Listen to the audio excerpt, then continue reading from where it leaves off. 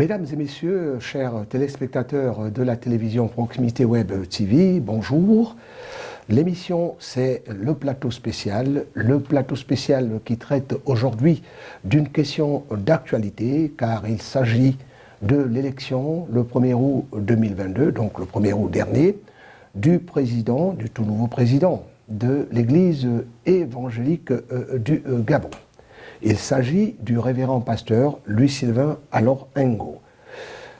Pour en parler, nous avons dans ce studio Ghislain Ngonga, qui ne vient pas avec sa casquette de journaliste, mais plutôt avec celle d'ancien président de l'Union chrétienne des jeunes de l'Église évangélique du Gabon, région synodale du Velentem. Ghislain Ngonga, bonjour. Bonjour Gustave Jérémy Samba. Alors, nous parlons aujourd'hui donc de l'élection du tout nouveau président de l'Église évangélique du Gabon, à laquelle vous appartenez, et dont les activités sont suivies de près par vous. Qu'est-ce que ça vous fait? Quel est l'effet que ça vous a fait, l'élection du nouveau président?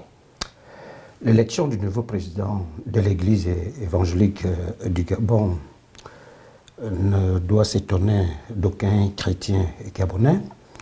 Ce d'autant plus que cette première congrégation chrétienne au Gabon a juste légiféré le système rotatoire au sein de ces différentes régions synodales.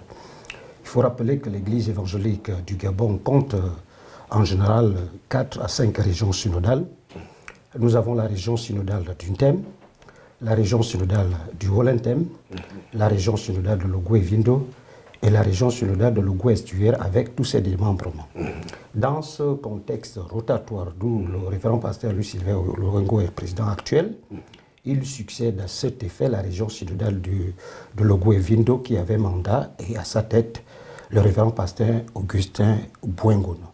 Et il faut le rappeler que la région synodale du Velentem qui a l'exercice ou bien la mandature de cette église aujourd'hui pour un mandat, la mandature de 4 ans non renouvelables, constitue aussi des sous-régions. On les appelle comme ça. C'est-à-dire la région synodale de Velentem compte en gros 3 départements. Et alors la région du Haut-Tem à Minvol, du Haut-Oyem et de l'Okano à Mindik. Et comme je vous le dis, la Bible, c'est pas moi qui le dis, la Bible le dit, tout pouvoir vient de Dieu. Et le choix a été porté sur la région synodale de Velentem et particulièrement sur le révérend pasteur Louis-Sylvain Alor-Ngo de la région synodale de Velentem. Nous vous le concédons, Ghislain Ngonga, tout pouvoir vient de Dieu. Avant d'évoquer les perspectives avec le nouveau président, justement, le nouveau président élu, nous allons d'abord revenir sur le bilan du président sortant, ou pour dire de l'ancien président, le révérend pasteur Augustin Bouengono de la région synodale de Logoué-Vindo. En termes de bilan, qu'est-ce qu'il laisse? Bon, on ne peut pas dire que le bilan est positif, ou bien le bilan du pasteur, le révérend pasteur Augustin Bouengono est positif, ou bien son bilan est négatif. Il faut d'abord tout rappeler que le révérend pasteur Augustin Bouengono, qui était là pour la région synodale de Logoué-Vindo, est mal arrivé parce qu'il a été élu pendant la période sensible de la pandémie de la Covid-19.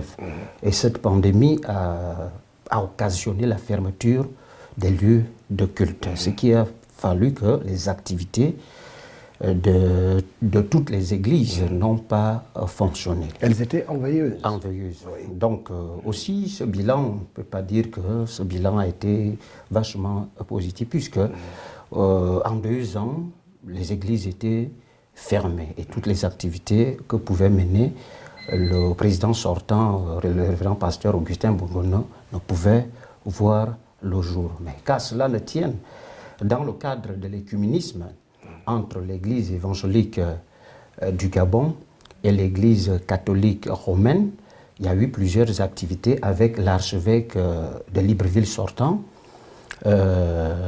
Basile Mvé Ngon, oui.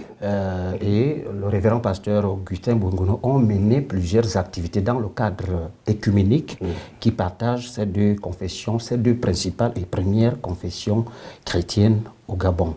Mais aussi, il y a eu des soubresauts Au niveau, on parlait des malversations financières. Bon, bref, c'était pour concrétiser cet écuménisme. Mais en termes d'autres actions, le pasteur président sortant n'a pas pu atteindre ce mandat à cause, comme je vous disais, la pandémie de la Covid-19, étant donné que le mandat rotatoire, enfin chaque président à la tête de l'Église évangélique a un mandat de 4 ans non renouvelable. Vous voyez un peu que si vous faites déjà 2 ans sans aucune activité, ce n'est pas en 2 ans qui reste que vous allez réaliser le reste des projets. Oui, Juscelin Ngonga, mais pour le commun des mortels, l'Église évangélique du Gabon est liée à des malversations financières, est liée à la violence, est liée au sexe.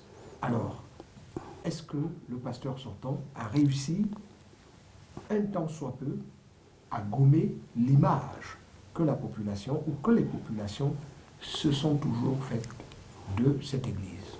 Vous savez, la Bible dit aucune œuvre humaine n'est parfaite. Tout comme l'Église évangélique du Gabon ou d'autres confessions chrétienne ou religieuse, l'homme a toujours été faible. Comme dit dans la Bible, la chair est faible, l'esprit est fort.